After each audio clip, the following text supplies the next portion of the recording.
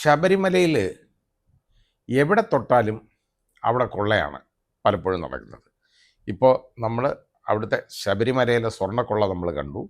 ആ സ്വർണം മാത്രമല്ലല്ലോ, അതായത് ആ ദ്വാരപാലക പാളികൾ, അതുപോലെ തന്നെ പ്രഭാമണ്ഡലം മുഴുവനായിട്ട്, അതായത് 7 പാളികളും പ്രഭാമണ്ഡലത്തിലെ 7 പാളികൾ, കട്ടളപ്പാളി പാളി ഉൾപ്പെടെയുള്ള, അതുപോലെ തന്നെ അതിൻ്റെ മുകളിലുള്ള വിഗ്രഹങ്ങൾ ഉൾപ്പെടെയുള്ള പല എല്ലാ 7 പാളികളും ഇവിടുന്ന് അടിച്ചുകൊണ്ട് പോയി.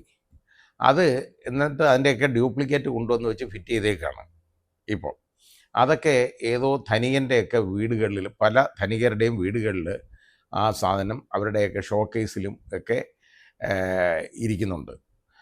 കോടികളാണ് അതിനൊക്കെ കിട്ടിയേക്കുന്നത്, ആ രീതിയിലാണ് അടിച്ചേക്കുന്നത്. അത് നമ്മൾ ആ സ്വർണ്ണക്കൊള്ളയുടെ ആ അന്വേഷണം ഇങ്ങനെ തകൃതിയായിട്ട് ഇപ്പോൾ നടന്നുകൊണ്ടിരിക്കുമ്പോൾ തന്നെ, തകൃതിയായിട്ടൊന്നും നടക്കുന്നില്ല എങ്കിലും അതൊക്കെ എഴഞ്ഞൊക്കെ നീങ്ങുന്നുണ്ട് കുറച്ച്. എങ്കിലും നമ്മൾ ബാക്കി അതിനകത്ത് കാണാനുള്ള കാര്യം എന്തെന്നറിയോ, ഇപ്പം മറ്റ് കാര്യങ്ങളിലേക്ക് കൊള്ളകൾ പോയിട്ടുണ്ടെന്നുള്ളതാണ്. മോഷണം ധാരാളം നടക്കും. അപ്പോൾ ഞാൻ ഈ ദേവസ്വം ബെഞ്ചിൽ, ഞാൻ 2 or 3 ടേം ഞാൻ ദേവസ്വം ബെഞ്ചിൽ ഹൈക്കോടതിയിൽ ഞാൻ ഇരുന്നിട്ടുണ്ട്. അപ്പോൾ അന്ന് എനിക്ക് മനസ്സിലായിട്ടുണ്ട് ഏതൊക്കെ സാധനങ്ങളിൽ, ഏതൊക്കെ കാര്യങ്ങളിലാണ് ഈ കൊള്ള വരുന്നതെന്നൊക്കെ. ലേലമൊക്കെ എന്നൊക്കെ പറഞ്ഞു കഴിഞ്ഞാൽ ഉണ്ടല്ലോ, അവിടെ ഈ നാളികേരത്തിൻ്റെ തേങ്ങയുടെ ലേലം മുതലായി എല്ലാം ഉണ്ട്. പിന്നെ സ്റ്റാളുകൾ കൊടുക്കുന്നതിൻ്റെ ലേലമുണ്ട്. എല്ലാ കാര്യത്തിലും മുഴുവൻ വലിയ അഴിമതിയാണ് നടന്നുകൊണ്ടിരുന്നതൊക്കെ. അപ്പോൾ അത് ഹൈക്കോടതിയുടെ ആ ബെഞ്ച് ശ്രദ്ധിക്കുന്നതുകൊണ്ട് ഓരോ കാര്യങ്ങളിലും ദൈനംദിന കാര്യങ്ങളിൽ വരെ ഇടപെടേണ്ട ഗതികേട് വന്നിട്ടുണ്ട് ആ ബെഞ്ചിന്. ഞാനത് മനസ്സിലാക്കിയിട്ടുള്ളതാണ്, ഓരോ രീതിയിൽ. അപ്പോൾ അവിടെ കോടതി തന്നെ നിയമിച്ചേക്കുന്ന ഒരു സ്പെഷ്യൽ കമ്മീഷനുണ്ട്. ഒരു ജില്ലാ ജഡ്ജിയുടെ പോസ്റ്റിലുള്ള ഒരാളാണ് സ്പെഷ്യൽ കമ്മീഷണറുണ്ട്. ആ സ്പെഷ്യൽ കമ്മീഷണറൊക്കെ ഉള്ളതുകൊണ്ട് കുറേ മോഷണങ്ങളുമൊക്കെ ഒഴിവാക്കാൻ പറ്റും, കുറേ അഴിമതികൾ ഒഴിവാക്കാനും പറ്റും.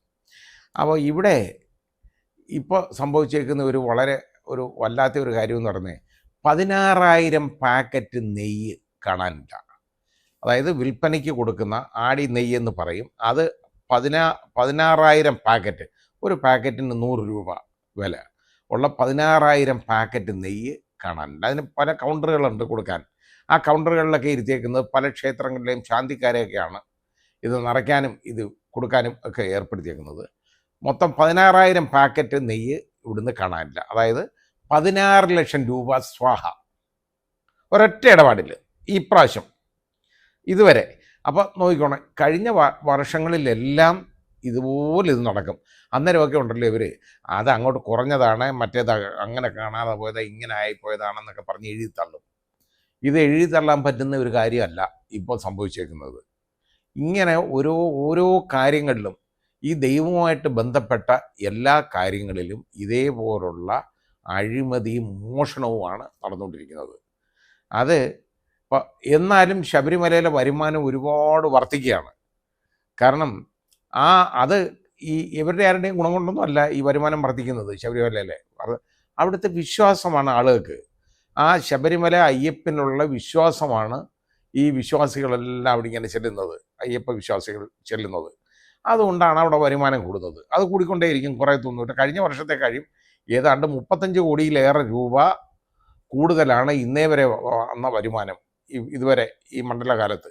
അപ്പോൾ നമ്മൾ എന്നിട്ടെന്താ, അതിൽ നിന്ന് കിട്ടുന്നത് മുഴുവൻ അടിച്ചു മാറ്റാനുള്ള പരിപാടിയാണ് നോക്കിക്കൊണ്ടിരിക്കുന്നത്. എല്ലാം അവിടെ റിസർച്ച് ചെയ്ത് ഇതിന് മോഷണം എങ്ങനെയൊക്കെ നടത്തണമെന്ന് റിസർച്ച് ചെയ്യുന്നവന്മാരാണ് അവിടെ ഇരിക്കുന്ന ഒരുപാട് ആളുകളും ഉദ്യോഗസ്ഥരും. നമ്മൾ കണ്ടതല്ലേ, ഈ ചാക്കുകൾ, അരിച്ചാക്കുകളുടെ ഇടയിലൊക്കെയാണ് ലക്ഷക്കണക്കിന് രൂപ എടുത്ത് പൂഴ്ത്തി വെച്ചേക്കുന്നത്. അവിടെ കിട്ടുന്ന വരുമാനമാണ്, നടവരവിൽ നിന്നുള്ളതാണ് ഇതൊക്കെ. കാണിക്കുക, ഇതിൽ നിന്നൊക്കെയുള്ള വരുമാനമാണ് ഇത് എടുത്ത് പൂഴ്ത്തി വെച്ചേക്കുന്നത്. ഇതുപോലെ എത്ര വേറെ ഓരോരുത്തരെ കയ്യിൽ നിന്ന് ഈ യുവന്മാരെ യഥാർത്ഥത്തിൽ എന്തെന്നറിയോ, ആകെ ഒരു ഒറ്റമുണ്ട് മാത്രമേ എടുത്തുകൊണ്ട് കയറാൻ പാടുള്ളൂ എന്നാണ് അവിടെ. എൻ്റെ അഭിപ്രായത്തിൽ ഇനി അതും പോരാ, ഒരു കോണകം മാത്രം ഒളിപ്പിച്ചുകൊണ്ട് ഇവനെയൊക്കെ കയറ്റണം അവിടെ. അതേ നടക്കൂ. കാരണം മുണ്ടല്ലാതെ വേറെ എന്തെങ്കിലും ഉണ്ടെങ്കിൽ അതിനകത്ത് കാണുന്ന അങ്ങനെയുള്ളവരാണ് അവിടെ നിൽക്കുന്ന ഒരുപാട് പേരും ഈ പൈസ എല്ലാം എടുത്തു വെച്ചോണ്ട് പോകും. ഇത് ഞാൻ പറഞ്ഞില്ലേ, ഇനി അതുകൊണ്ട് ഒരു അണ്ടർവെയറിന് പകരം ഒരു കോണകം മാത്രം പണ്ടൊക്കെ അത് ആളുകൾ ഉപയോഗിക്കുമായിരുന്നല്ലോ.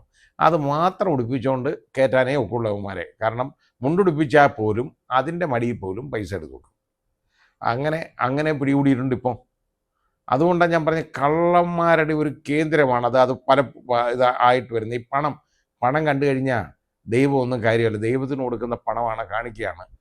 അയ്യപ്പൻ ഇത്രയും കൊടുക്കാമെങ്കിൽ എനിക്ക് എടുത്തുകൊണ്ട് പോയാൽ എന്താണ് എന്നുള്ളൊരു തോന്നൽ വരും. ഇവർക്കൊന്നും അങ്ങനെ ഒരു കാര്യമില്ല. ഒരാൾ പറഞ്ഞ ഒരു കാര്യം ഇപ്പോഴും എനിക്ക് ഓർമ്മ വരുന്നുണ്ട്. അതായത് ദൈവത്തിനോട് ഏറ്റവും അടുത്ത് നിൽക്കുന്ന ആളുകളുണ്ടല്ലോ, അവർക്കാണ് ഈ വിശ്വാസക്കുറവ്. അതാണ് പ്രശ്നം. അവിടെ ചെല്ലുന്ന വിശ്വാസികളെന്ന് പറയുന്നത് വളരെ അടിയുറച്ച വിശ്വാസികളാണ് ശബരിമലയിൽ അത്രയും പോയി കയറുന്നത്. 41 ദിവസത്തെ വ്രതം നോറ്റ് പോകുന്നതാണ്. ആ 41 ദിവസത്തെ വ്രതവും നോറ്റ് അവിടെ കഷ്ടപ്പെട്ട് ഈ കല്ലും മുള്ളും ഒക്കെ ഒരു കാലിന് മെത്തയായിട്ട് കണക്കാക്കി ആണ് അവിടെ നടന്നു കയറുന്ന, നഗ്നപാതരായിട്ട് നടന്നു കയറുന്ന അയ്യപ്പ ഭക്തന്മാർ. അവരത്ര കഷ്ടപ്പെട്ടാണ് അവിടെ കയറുന്നത്. എന്നിട്ട് അവിടെ പണം കൊണ്ട് കൊടുക്കും, നെയ്യഭിഷേകം നടത്തി. ഇതെല്ലാം ചെയ്യുന്നത് എന്താണെന്നറിയോ? തേങ്ങ ഉടയ്ക്കും, നാളികേരം ഉടയ്ക്കും. ഇതെല്ലാം അയ്യപ്പനിലുള്ള വിശ്വാസമാണ് അവർക്ക്. പക്ഷേ അവിടെ നിൽക്കുന്നവർക്കുണ്ടല്ലോ ഈ വിശ്വാസമൊന്നുമില്ല. അതാണ് നമ്മൾ തിരിച്ചറിയേണ്ട, മനസ്സിലാക്കേണ്ടത്. ഇതുപോലെ എല്ലാം അടിച്ചു മാറ്റിക്കൊണ്ടിരിക്കുകയാണ്. ഈ 16 ലക്ഷം രൂപ എന്ന് പറയുന്ന ഒരു ചെറിയ തുകയാണോ? ഒന്നുമല്ലല്ലോ. 16,000 പാക്കറ്റ് നെയ്യാണ് എടുത്ത് തട്ടിപ്പിച്ചേക്കുന്നത്. അത് കാണാനില്ല അത്രയും നെയ്യ് എങ്ങനെ പോയെന്നുള്ളതിനെക്കുറിച്ച് ഇനി ദേവസ്വം വിജിലൻസ് ഇപ്പോൾ അന്വേഷിച്ചുകൊണ്ടിരിക്കുക. അതിനി അന്വേഷണമൊക്കെ നടത്തുമ്പോഴത്തേക്ക് ഈ 16 ലക്ഷം രൂപ അടിച്ചുകൊണ്ട് പോയവന്മാർ അത് തിന്ന് തീർത്തിരിക്കും. ആരെയാണ് അതിൻ്റെ ആൾ എന്നൊന്നും എളുപ്പമല്ല. ഇതിനൊക്കെ ഒരു പ്രോപ്പർ മെക്കാനിസം ഇല്ല എന്നുള്ളതാണ് നമ്മൾ തിരിച്ചറിയേണ്ടത് ഇന്നത്തെ കാലത്ത്. അവിടെ വലിയ പുതിയ ദേവസ്വം ബോർഡ് പ്രസിഡൻറ്റും ഒക്കെ വന്നല്ലോ ചാർജിലൊക്കെ. അപ്പോൾ കാണുന്നത് ഇതാണ് കാര്യം. അതിനുശേഷമാണ് ഈ 16 ലക്ഷം രൂപയുടെ നെയ്യ് അടിച്ചുകൊണ്ട് പോയേക്കുന്നത്, മോഷിച്ചുകൊണ്ട് പോയേക്കുന്നത്. അപ്പോൾ സ്വർണ്ണക്കൊള്ളയ്ക്ക് പിന്നാലെ വരിയായിട്ട് ഇതുപോലെ ഓരോ പരിപാടികൾ ഇങ്ങനെ നടന്നുകൊണ്ടിരിക്കുക. ഏതിലും എന്തിലും അഴിമതി അവിടെ നടത്തും. എളുപ്പമാണ്. കാരണം ഇത് നേരെ ചൊവ്വേ ചോദിക്കാനും പറയാനൊന്നും ആരുമില്ല. വളരെ വളരെ നല്ല രീതിയിലുള്ള കർത്തവ്യ നിർവഹണം നന്നായിട്ട് നടത്തുന്ന കാര്യശേഷിയുള്ള ആളുകൾ വേണം യഥാർത്ഥത്തിൽ അവിടം ഭരിക്കാൻ, അവിടെ മേൽനോട്ടത്തിന്. ഇല്ലെങ്കിൽ ഇതേപോലുള്ള വളരെ വലിയ വൃത്തികേടുകളും കൊള്ളയും മോഷണവും എല്ലാം അവിടെ നടക്കും. അവിടെ നിന്ന് ഇത്രയും സാധനങ്ങൾ അവിടെ എടുത്തുകൊണ്ട് പോകാൻ പറ്റിയല്ലോ. അതൊരു ചെറിയ കാര്യമാണോ ചെയ്തു വച്ചേക്കുന്നത്? അവിടെ അതായത് അത്രത്തോളം അവിടെ ആളുകൾ, ആ വിശ്വാസം പിടിച്ചു പറ്റിയ ഒരു ഭാഗമാണല്ലോ അവിടുത്തെ ശ്രീകോവിൽ. ആ ശ്രീകോവിലിൻ്റെ ഈ ഞാൻ പറഞ്ഞില്ലേ, അതിൻ്റെ ആ പ്രഭാമണ്ഡലം ഉൾപ്പെടെ ഉള്ള, അതുപോലെ തന്നെ ദ്വാരപാലകരുടെയും എല്ലാ പാളികളും മുഴുവൻ അടിച്ചുകൊണ്ട് പോയി, എല്ലാം ഇളക്കിക്കൊണ്ടുപോയി. അതിനുശേഷം ഇപ്പോൾ ഇതേപോലെ ഇത് നടന്നുകൊണ്ടിരിക്കുക, പണികൾ പുതിയ നടന്നുകൊണ്ടിരിക്കുക. വലിയ കൊള്ളയാണ്. ഈ കൊള്ളയ്ക്ക് ഈ ഗൂഢാലോചനയും ഇതിൻ്റെ പുറയിൽ, ഇത് വളരെ വലിയ ഗൂഢാലോചന ഇതിൻ്റെ പുറയിലുണ്ട്. അല്ലാതെ ഒന്നും ഈ കൊള്ള നടക്കത്തൊന്നുമില്ല. അതിനെക്കുറിച്ചൊക്കെ ഏതായാലും അന്വേഷണം നടക്കണം. എല്ലാം നന്നായിട്ട് അന്വേഷിക്കണം. അതാണ് വേണ്ടത്.